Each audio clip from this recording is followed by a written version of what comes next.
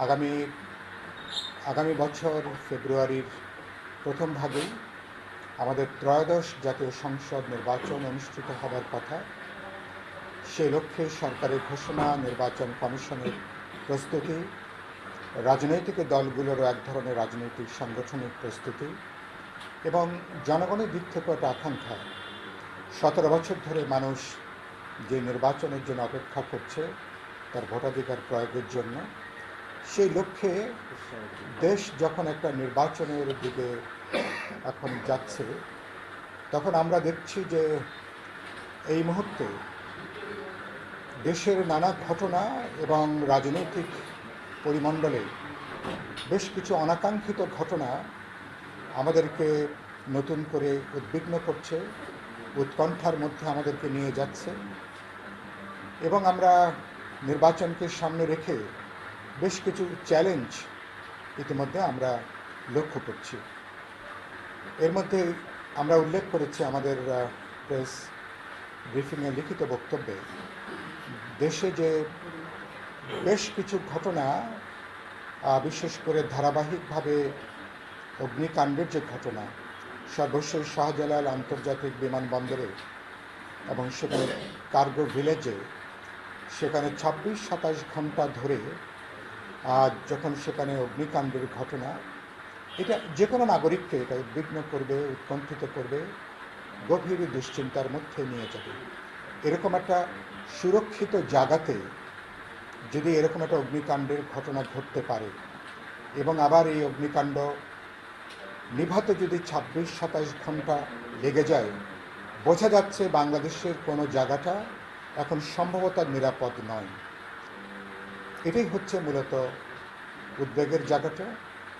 এবং আমরা এই ধারাবাহিক যে অগ্নিকাণ্ডের ঘটনা, এসব ঘটনার পেছনে সত্যি সত্যি কোনো নাশকতামূলক কোনো তৎপরতা আছে কিনা, তার কোনো অভিসন্ধি আছে কিনা, বাংলাদেশকে একটা অনিশ্চিত একটা পরিস্থিতির দিকে নিয়ে যাওয়ার জন্য কোনো মহল পেছনে থেকে কাজ করছে কিনা, ইত্যাকার নানা প্রশ্ন নাগরিকদের মধ্যে, জনগণের মধ্যে আজকে দেখা দিয়েছে। আমরা দেখতে চাইব খুবই দ্রুত একটা বিশ্বাসযোগ্য নিরপেক্ষ তদন্ত হবে বিমানবন্দরের এই কার্গো ভিলেজের অগ্নিকাণ্ড সহ সাম্প্রতিককালে সংগঠিত অগ্নিকাণ্ডের ঘটনা। মানুষ প্রকৃত ঘটনা জানতে পারবে, বুঝতে পারবে, অপরাধীদেরকে শনাক্ত করা হবে এবং এই ঘটনার দায় দায়িত্বকে নির্দিষ্ট করা হবে।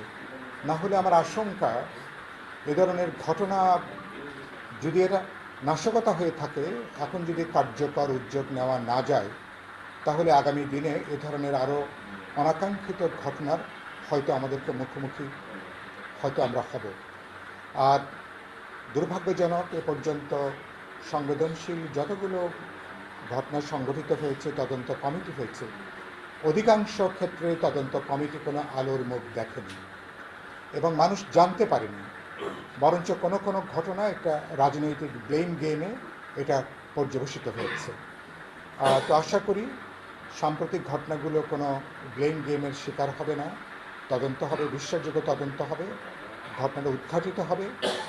নাশকতা থাকলে এবং টোটাল নেটওয়ার্কটা, সেটা আমরা সরকার উদ্ঘাটন করবে এবং প্রয়োজনীয় ব্যবস্থা এবং শাস্তিমূলক পদক্ষেপ তারা গ্রহণ করবেন।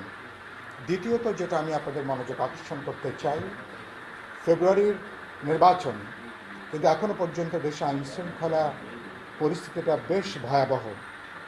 অনেক জায়গাতে রাজনৈতিক দলগুলোর মধ্যে অনাকাঙ্ক্ষিত সংঘাতের ঘটনা ঘটছে, কিছু সংঘর্ষের ঘটনা ঘটছে, আহত হবার ঘটনাও আমরা দেখতে পাচ্ছি এবং এটা অধিকাংশ ক্ষেত্রে আমরা দেখছি আইনশৃঙ্খলা রক্ষাকারী বাহিনী তাদের পেশাগত দায়িত্বের ক্ষেত্রে উপযুক্ত ভূমিকা পালন না করবার জন্য এটা কিছুটা বাড়ছে।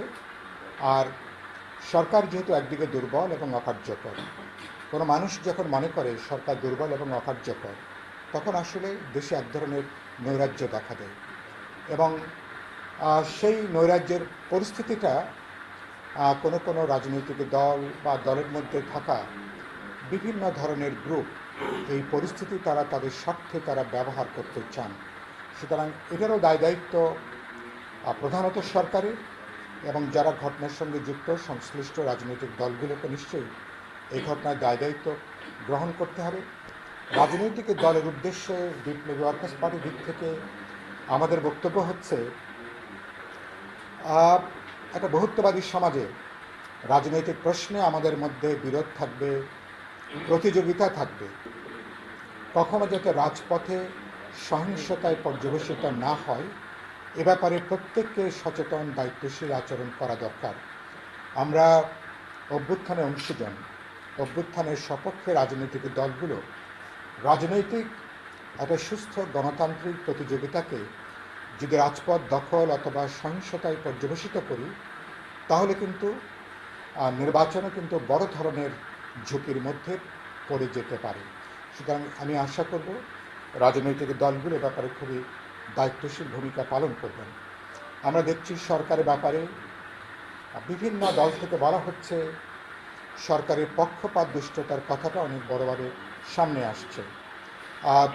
বিভিন্ন আমলারা, কর্মকর্তা কর্মচারীরা তারা নাকি এটা দলীয় সদস্য হিসাবে অনেকে কাজ করছেন। আমরা সাম্প্রতিককালে দেখেছি বিভিন্ন দল তারা পরস্পরকে তারা কিন্তু অভিযুক্ত করছেন। আমি সরকারকে পরিষ্কার করে বলতে চাই, বাস্তবে এই সরকারকে একটা নির্বাচনকালীন একটা তত্ত্বাবধায়ক সরকারের বৈশিষ্ট্য রেখে কাজ করতে হবে এবং সরকারের নিরপেক্ষতা অত্যন্ত গুরুত্বপূর্ণ।